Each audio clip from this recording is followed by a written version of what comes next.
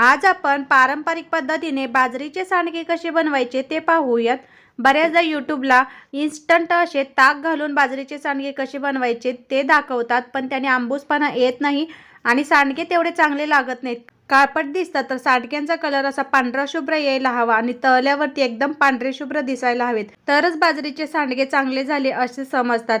काही भागात खारुड्या पण म्हणतात। पापडसारखे खारुड्या भातोडे जसं बनवतो तसे बनवले तरी पण चालतील किंवा सांडगे बनवले तरी पण चालतील। एकदम पारंपरिक पद्धतीने माझी मावशी बनवायची तसेच मस्त असे खारुड्या बनवले आहेत किंवा बाजरीचे सांडगे। तर इथे मी 1.5 किलो बाजरी घेतली आहे।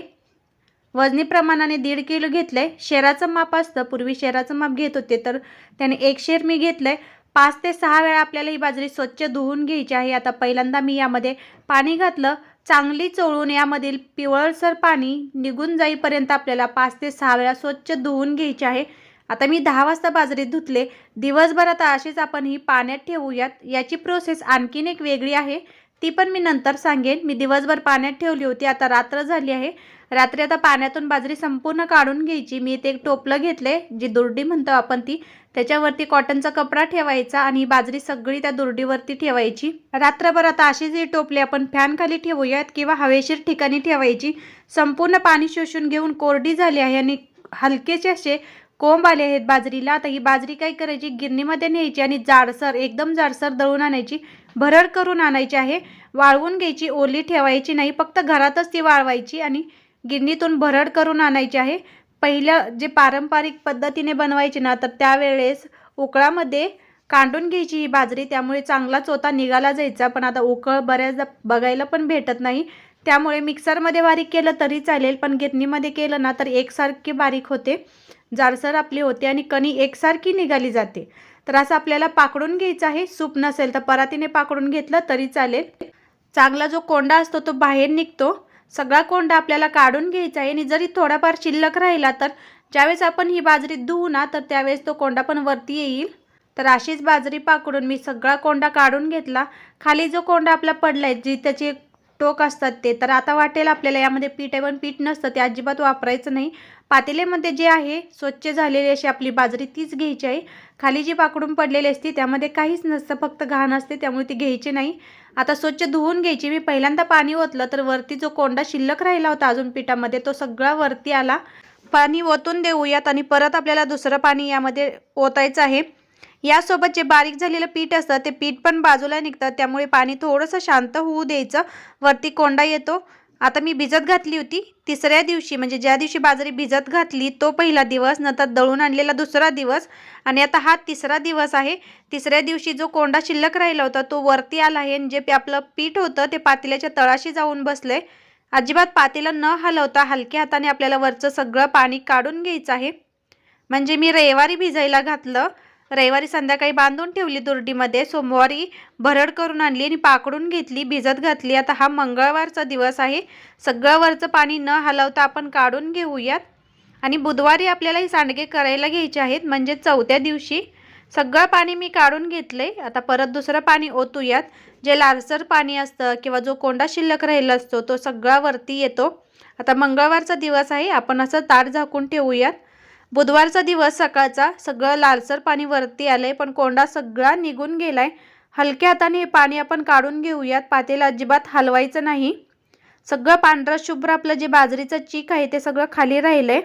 आता जेवढं चीक आहे त्याच्या 1 पटच पाणी घ्यायचं। बाजरी नवीन असेल तर 1 पट पाणी घ्यायचं आणि बाजरी जुनी असेल तर 1.5 पट पाणी घ्या।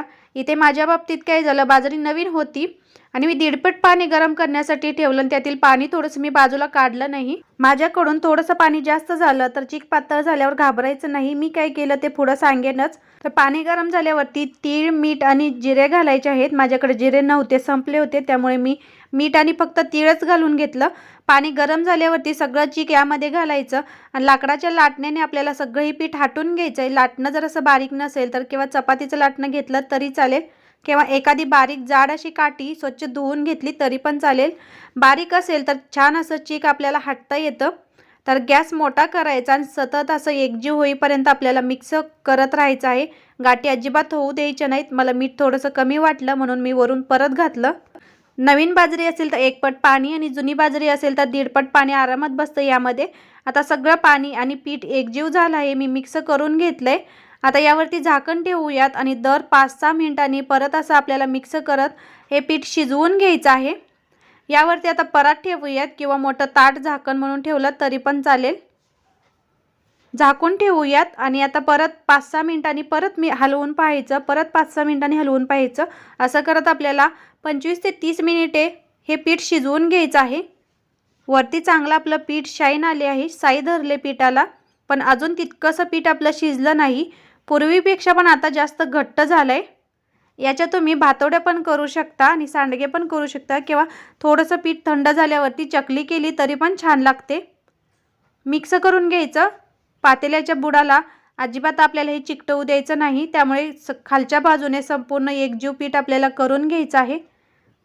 परत झाकण ठेवायचं. परत 6-7 मिनिटे चांगलं शिजू द्यायचं. असं आपल्याला 25 ते 30 मिनिटे चांगलं पीठ शिजवून घ्यायचं आहे. आता सुरुवातीपासून ते आत्तापर्यंत 25 मिनिटे झाले आहेत आणि आपल्या पिठाला वरती शाई आली किंवा असं तेलासारखा तरंग आलाय. पीठ आपली चकाकी घेते. त्यामुळे आता पीठ शिजत आलंय. परत हलक्या हाताने मिक्स करून घेऊयात. पीठ आता पातळ होते असं वाटते आणि वरती शाईन आली आणि पीठ आपलं ह्या स्टेजला शिजले असं समजायचं. तर मी पळीनं पण दाखवते. वरती चांगल्या बुडबुड्या पण आल्या आहेत आणि पांढरं शुभ्र असं आपलं हा चीक तयार झालंय. यामध्ये कोंडा जरासुद्धा नाही आहे. गॅस बंद करूयात आणि यामधील थोडंसं पीठ ताटात घ्यायचं. पीठ थंड होऊ द्यायचं. थंड झाल्यावरती हाताला पाणी लावायचं आणि याचे सांडगे करून घ्यायचे. जसं आपण डाळीचे सांडगे करतो ना त्याचे 5-6 पट आपल्याला हे जाडसर सांडगे बनवायचे. सुरुवातीला गरम असताना पीठ पातळ वाटतं. पण तुम्ही जर एकटे सांडगे बनवणार असाल तर पीठ नंतर थंड होईल तसं घट्ट होतं आणि थंड झाल्यावरतीच आपल्याला सांडगे पाडायचे असतात. त्यामुळे पातळ झालं तरी काहीच टेन्शन घ्यायचं नाही. पीठ थंड होऊ द्यायचं ताटात थोडं थोडं घेऊन आणि मग सांडगे पाडायचे. अशाच पद्धतीने सगळे सांडगे बनवून घेऊयात. तर सांडगे आपले चांगले वाळलेत. चांगलं कडकडीत उन्हामध्ये आपल्याला वाळवून घ्यायचे आहे. ते सांडगे भिजवल्यामुळे आंबूस चव लागते. मस्त लागतात खायसाठी. सांडगे आता आपण हे तळून पाहूयात. गेल्या वर्षी मी यूट्यूबला एक व्हिडिओ पाहिला. इन्स्टंट बाजरी मिक्सरला जाडसर वाटायची. त्यामध्ये ताक घालायचं, शिजवायचं आणि खारोड्या बनवायचे किंवा सांडगे बनवायचे. ते इतके काळपट झाले होते ना. तो व्हिडिओ पाहून मी बनवला होता. तर मी टाकून दिले नाहीत, खाल्लेत. पण खाईपर्यंत ना त्याची चव अजिबात लागत नव्हती.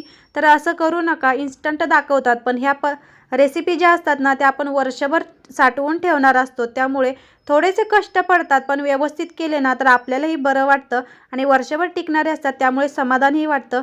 वेळ जातो आपला पण कष्ट लागतात पण मस्त असे सांडगे तयार होतात. अशा पद्धतीने पारंपरिक पद्धत वापरून सांडगे बाजरीचे नक्की बनवा. रेसिपी कशी वाटली जरूर कळवा. पीठ पातळ झालं असलं तरी पीठ थंड झाल्यावरती घट्ट होतं आणि चांगले खारोड्या बनवता येतात. व्हिडिओ कसा वाटला जरूर कळवा. चॅनलवरती नवीन असेल तर प्लीज सबस्क्राईब करा. धन्यवाद.